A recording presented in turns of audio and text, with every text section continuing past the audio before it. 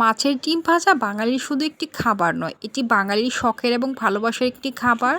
তাই তো গরম তেলে হালকা মশলায় দিয়ে দিলাম মাছের ডিম ভাজা, আর মাছের ডিম ভাজা ছড়িয়ে পড়লো সুবাস, চারিদিকে চলে আসলো জিভে জল।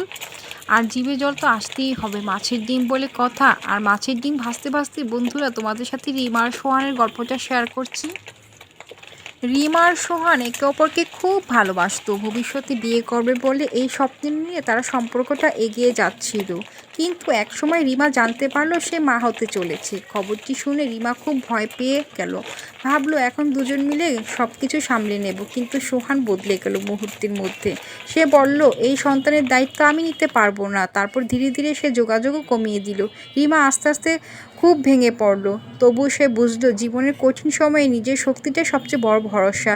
সে পরিবারের বিশ্বাস, মানুষের সঙ্গে কথা বললে প্রয়োজনের আইনি সামাজিক ব্যবস্থাও নিবে। কারণ একটি শিশুর ভরণপোষণ, নিরাপত্তা ও বিষয়টি গুরুত্বপূর্ণ।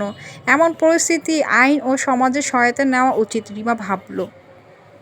ভালোবাসা শুধু মিষ্টি কথায় নয়, কঠিন সময়ের পাশে দাঁড়ানোর মধ্যেই তার সত্যিকারের মূল্য। আর এই দায়িত্ব কেউ এড়িয়ে যেতে পারবে না।